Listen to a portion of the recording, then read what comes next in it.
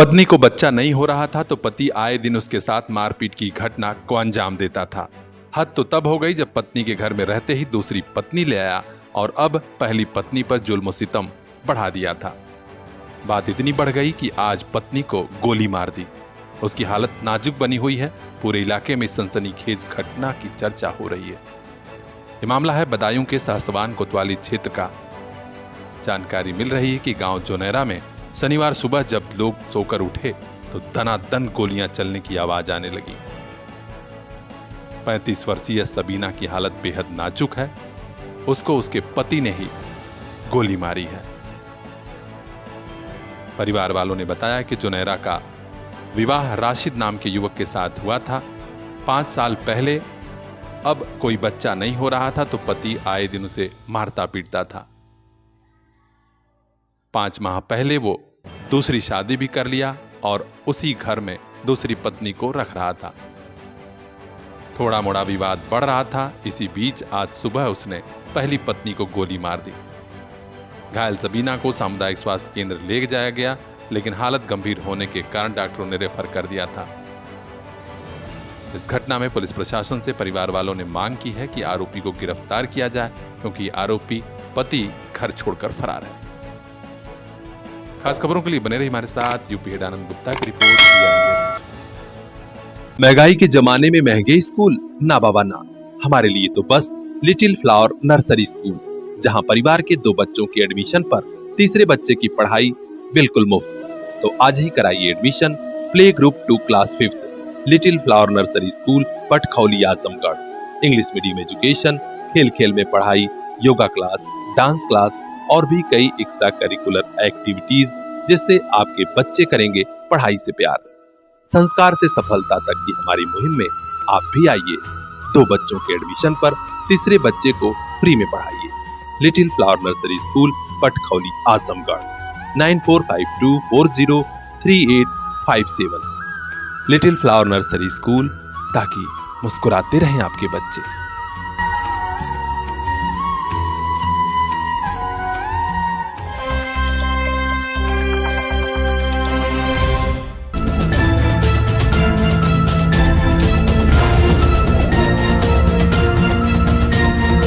सातवें और अंतिम चरण में उत्तर प्रदेश के बलिया से लेकर बनारस तक, गोरखपुर तक की लोकसभा सीटों पर चुनाव मतदान चल रहा है। भीड़ देखी जा रही, हालांकि भीषण गर्मी है और दोपहर में मतदान काफी धीमा है।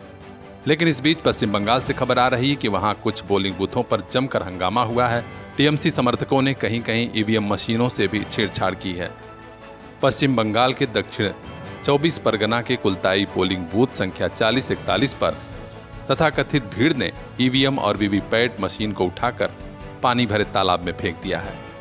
इस घटना के बाद पुलिस ने लाठीचार्ज भी किया और नियंत्रण में स्थिति को करने की कोशिश की गई। अब देखना है कि किसी तरह चुनाव मतदान शांतिपूर्ण हो जाए। अन्य जगह यहां का मतदान माना जा रहा है कि दोबारा कराया जाएगा।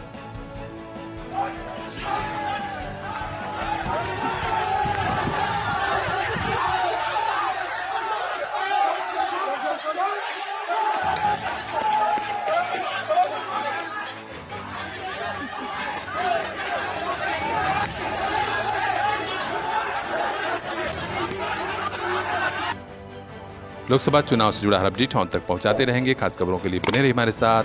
यूपी हेड आनंद गुप्ता की रिपोर्ट, पीआर इंडिया न्यूज। इन आंखों में भी कुछ ख्वाब हैं, मंजिलों की चाहत है। इन ख्वाबों की खातिर, मंजिलों की खातिर अपने बच्चों को लेकर पहुंचिए फातिमा पब्लिक स्कूल, जहां मिलेगी इल्म की रोशनी, सलाहियत की ताकत, ताकि कल ये बच्चे खुद लिख सकें अपना मुस्तकबिल। Fatima public school play group 2 class 8th CBSE pattern, English medium education, smart class, computer class, sports and other extra curricular activities for safe environment, CCTV monitoring and separate classes for girls students. तो देर किस बात की, आज ही admission कराइए play group 2 class 8th Fatima public school, Shivaji Nagar, Azamgarh. Contact number 9918543217। इन आंखों के उन ख्वाबों को एक दिन मंजिल मिल जाएगी। Fatima public school.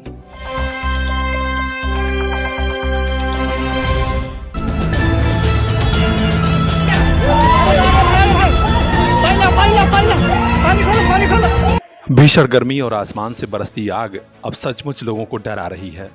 कहीं एसी ब्लास्ट कर रहे हैं तो कहीं ट्रांसफार्मर, और अब खबरें आ रही हैं कि पेट्रोल पंप पर बाइक में जब कोई तेल भराने जा रहा है तो आग लग जा रही है।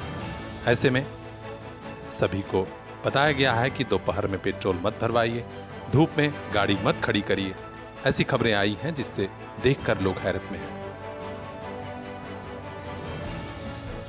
तमाम एहतियात जारी किया गया है। एसी ज्यादा देर तक मत चलाइए, थोड़ी देर तक के लिए बंद जरूर करिए। बाहर धूप में तो बचिए, निकलिए मत। दोपहर 12, 2 और 3 तक कम से कम एकदम बचिए। हम आपको बता दें कि पूर्वांचल समेत पूरे उत्तर प्रदेश में भीषण गर्मी पड़ रही है। पारा 48 से लेकर 49 तक क्रॉस कर चुका है। बनारस, गोरखपुर, मऊ, बलिया, गाजीपुर में भीषण गर्मी है और लोग बच बचा के चल रहे हैं। उसके बावजूद लू लगने की घटनाएं हो रही हैं। आप सभी गुजारिश है, भीषण गर्मी में सावधानियां जरूर बरतिए, स्वस्थ रहिए। खास खबरों के लिए देखते रहिए पीआर इंडिया न्यूज।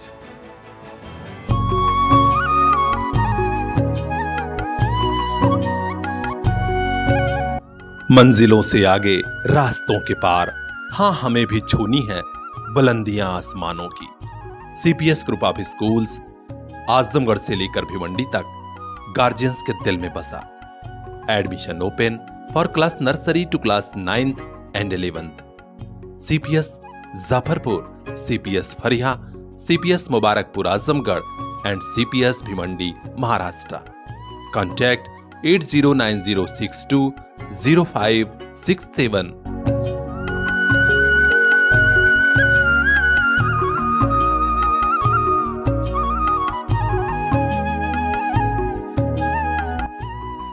आपका अपना सीपीएस।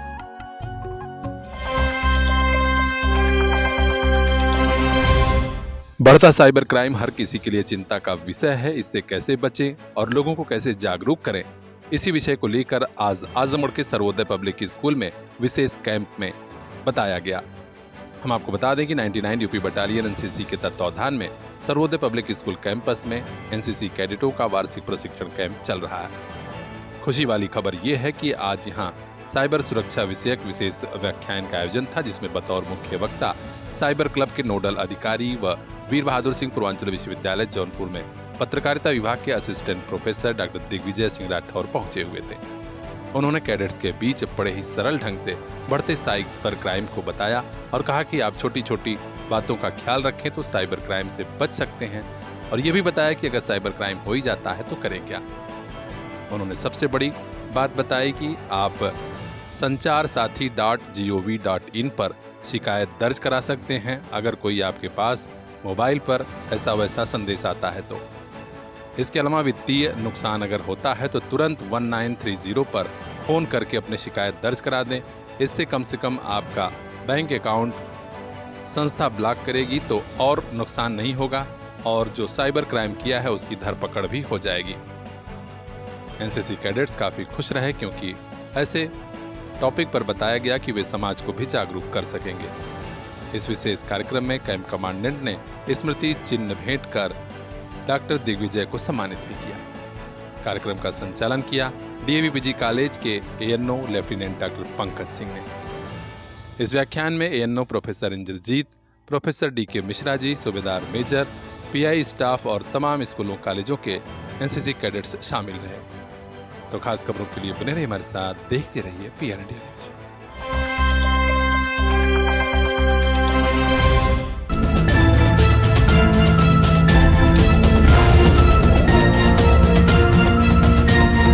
जनता को सुखद अनुभूति होगी, देश को सुखद अनुभूति होगी कि मोदी जी एक बार फिर से प्रचंड बहुमत के साथ सरकार बनाएंगे। लोकसभा चुनाव का 7वां और अंतिम चरण काफी खास रहा है। प्रदेश के पूर्वांचल में गोरखपुर से लेकर बनारस तक की लोकसभा सीटों पर वोट पड़ा है।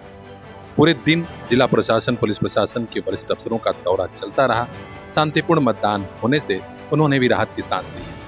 गोरखपुर में खुद मुख्यमंत्री योगी आदित्यनाथ ने मतदान किया और बताया कि मैं विकसित भारत, आत्मनिर्भर भारत के लिए वोट किया हूँ। देश की 140 करोड़ की जनता भी इसी उद्देश्य को लेकर आगे बढ़ रही है। उन्होंने भविष्यवाणी भी कर दी कि 4 जून को एक बार फिर मोदी सरकार बनेगी। हमारा मानना है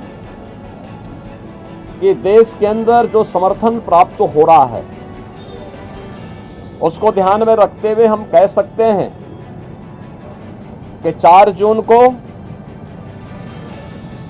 जब जनता जनार्दन का फैसला आएगा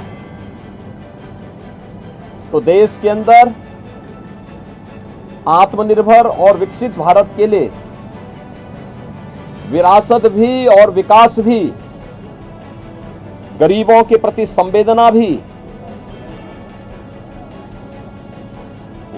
युवा पीढ़ी के उज्जवल भविष्य, जिन लोगों ने और जिन पार्टियों ने, जिन सरकारों ने काम किया है उसको पूरा आशीर्वाद प्राप्त हो रहा है और जनता को सुखद अनुभूति होगी, देश को सुखद अनुभूति होगी कि मोदी जी एक बार फिर से प्रचंड बहुमत के साथ सरकार बनाएंगे। उत्तर प्रदेश इसमें अपनी भूमिका का निर्वहन करेगा पूरी मजबूती के साथ। 10 वर्ष में बदलते हुए भारत को 7 वर्ष में डबल इंजन सरकार के द्वारा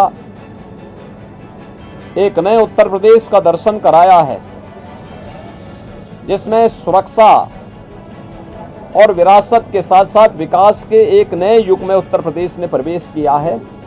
बाबा ने एक और मुद्दे पर मीडिया के सवाल का जवाब दिया कि चुनाव प्रचार के बाद ठीक मोदी जी ध्यान साधना कर रहे हैं।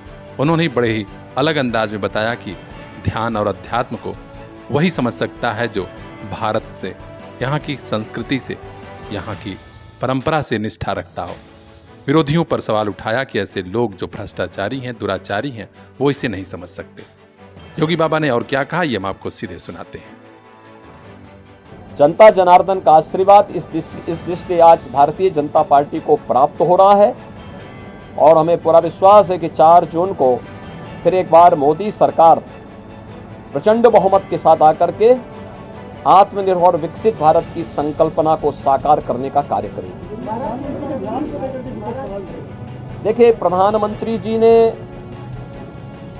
अपने 2.5-3 महीने के व्यस्त दिनचर्या में से कुछ समय, यद्यपि उनका पूरा जीवन भारत माता के लिए समर्पित है,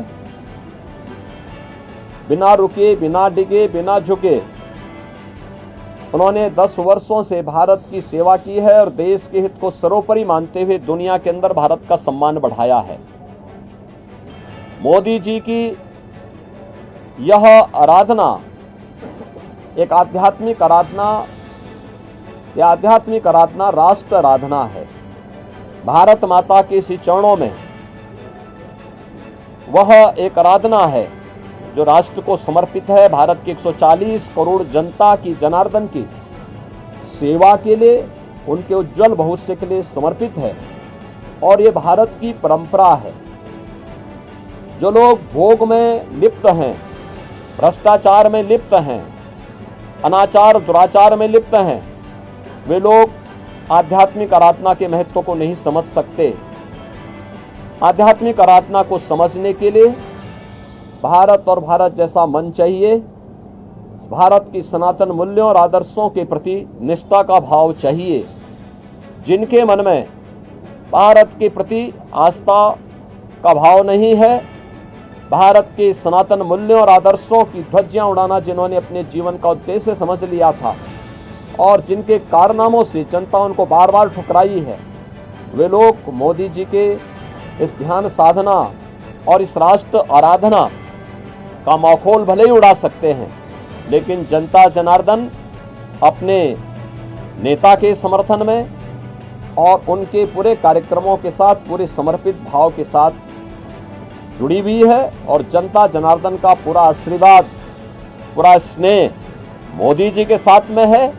और हम विश्वास के साथ कह सकते हैं कि यह मोदी जी की ध्यान साधना का कार्यक्रम भी राष्ट्र आराधना का हिस्सा है और इसका लाभ भी देश को प्राप्त होगा। लोकसभा चुनाव का 7वां और अंतिम चरण संपन्न हो चुका है। अब 4 जून को सीधे नतीजे आएंगे। चुनाव परिणाम कैसा रहा, किसके पक्ष में गया, किसकी सरकार बनी है, हर अपडेट हम तक पहुंचाएंगे। पल पल का रुझान बताएंगे। खास खबरों के लिए बने रहिए हमारे साथ, देखते रहिए PR इंडिया न्यूज। कल इन्हीं हाथों में होगी दुनिया की बागडोर। आइए इन्हें काबिल बना के भेजें। Chandra test to crown public school, RTO office Ghorat के पास, आजमगढ़ जिले का ऐसा स्कूल जो हर बच्चे को दे रहा सुरक्षित कैंपस, एक्सपर्ट टीचिंग स्टाफ, पढ़ाई के साथ स्पोर्ट्स, साइंस, मैथ और इंग्लिश की स्पेशल क्लासेस, ताकि कल ये बच्चे संभाल सकें जॉब और जिंदगी दोनों की कमान। एडमिशन हो रहा है, जल्दी कीजिए। क्लास नर्सरी से क्लास 8th तक। Contact number 9415831049।